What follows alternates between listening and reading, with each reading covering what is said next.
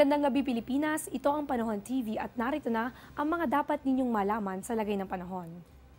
Nakakaranas pa rin ng mga pag-ulan ang halos buong bahagi ng ating bansa dahil yan sa iba't ibang weather systems na umiiral sa loob ng Philippine Area of Responsibility.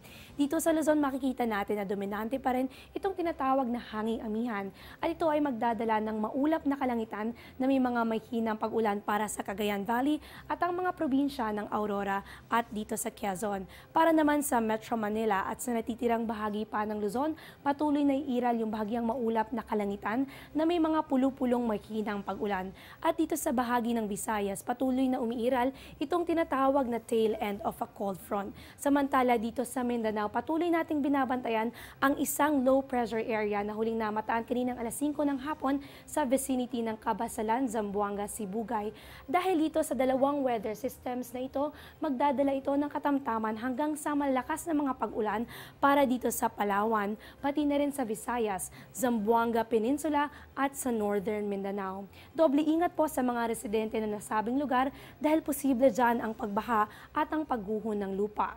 Mararanasan naman ang maulap na kalangitan na may mahina hanggang mga katamtamang pag-ulan at pagkidlat at pagkulog para sa nalalabing bahagi ng Mindanao kasama ang Bicol Region at sa natitirang bahagi naman ng Mimaropa. Ngunit magandang balita dahil ayon naman kay Pag-asa Weather Forecaster Rob Gile, itong low pressure area ay inaasahan namang mag-dissipate in the next 24 hours. Samantala sa lagay ng ating karagatan, nakataas pa rin ang gale warning para sa northern seaboards ng Northern Luzon kasama ang eastern at southern seaboard ng Luzon at eastern at western seaboard ng Visayas kung saan kabilang dito ang mga sumusunod na lugar. Batanes, Calayan, Babuyan, Northern Coast of Cagayan at Ilocos Norte. Pati na rin sa Isabela, Eastern Coast of Cagayan, Aurora, Camarines Provinces, Catanduanes at Albay. Asahan ng maalong lagay ng karagatan sa Sorsogon, Quezon, Polillo Island, Romblon at sa Masbate. Kasama rin na mararanasan yung masungit na lagay ng karagatan para sa Burias Island, Samar, Leyte, Aklan, Capiz at sa Negros Occidental.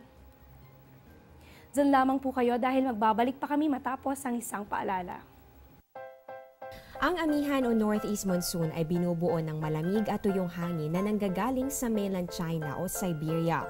Kadalasan nag-uumpisa ang amihan season sa Pilipinas kapag Burr months, kaya iniuugnay ang malamig na simoy ng hangin sa tuwing nalalapit ang Kapaskuhan.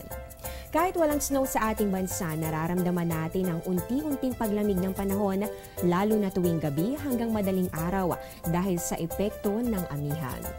Pero asahan na mas lalamig pa ang panahon pagsapit ng Enero at Pebrero kung kailan kasagsagan ng amihan.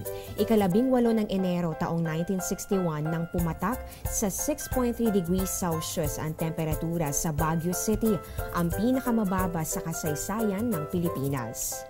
Maliban sa bahagyang paglamig ng panahon, asahan din ang may hinang pag-ulan na madalas mararanasan sa hilagang bahagi ng Luzon.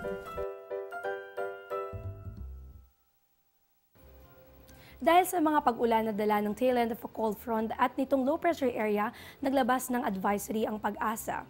Nararanasan yung mga malalakas na pag-ulan dito sa Cebu, Bohol at Negros Oriental.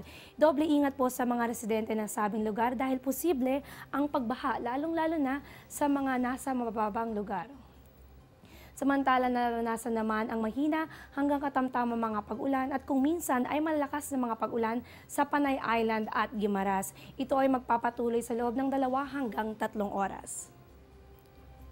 Sa iyong pagising bukas, masayang bumangon para sa panibagong hamon. Asahan ang sunrise natin. Ito ay sa ganap na 6:25 ng umaga at ang sunset naman ay 5:47 ng hapon. Para sa Panahon TV, ako po si Nison Tayas. Magandang gabi sa inyo lahat.